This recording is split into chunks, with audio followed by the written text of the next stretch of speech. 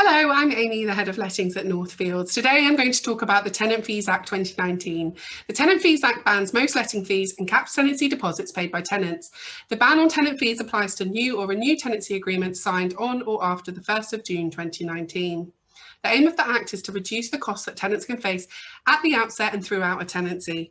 All payments are prohibited unless the payment is expressly permitted under the Tenant Fees Act.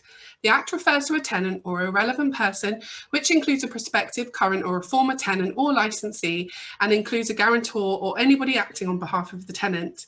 A tenant's regular payment of rent to a landlord for the use of the property under a tenancy is a permitted payment. Tenancy deposits are capped at 5 weeks' rent, where the annual rent of the tenancy is less than £50,000, and 6 weeks' rent, where the annual rent of the tenancy is £50,000 or more. Under the Tenant Fees Act, landlords and letting agents will no longer be able to take a higher security deposit for tenants with pets. The maximum 5 or 6 weeks' rent for tenancy deposits cannot be exceeded. A holding deposit is a payment made by a tenant to a landlord or letting agent to reserve that property and is capped at 1 week's rent.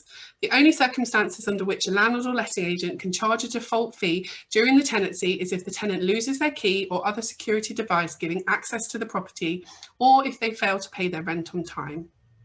The tenancy agreement must specify the circumstances in which payments in the event of a default may be required. A payment of damages for the breach of a tenancy agreement is a permitted payment. No Section 21 notice may be issued in relation to the tenancy so long as all or part of a prohibited payment or holding deposit has not been repaid to the relevant person.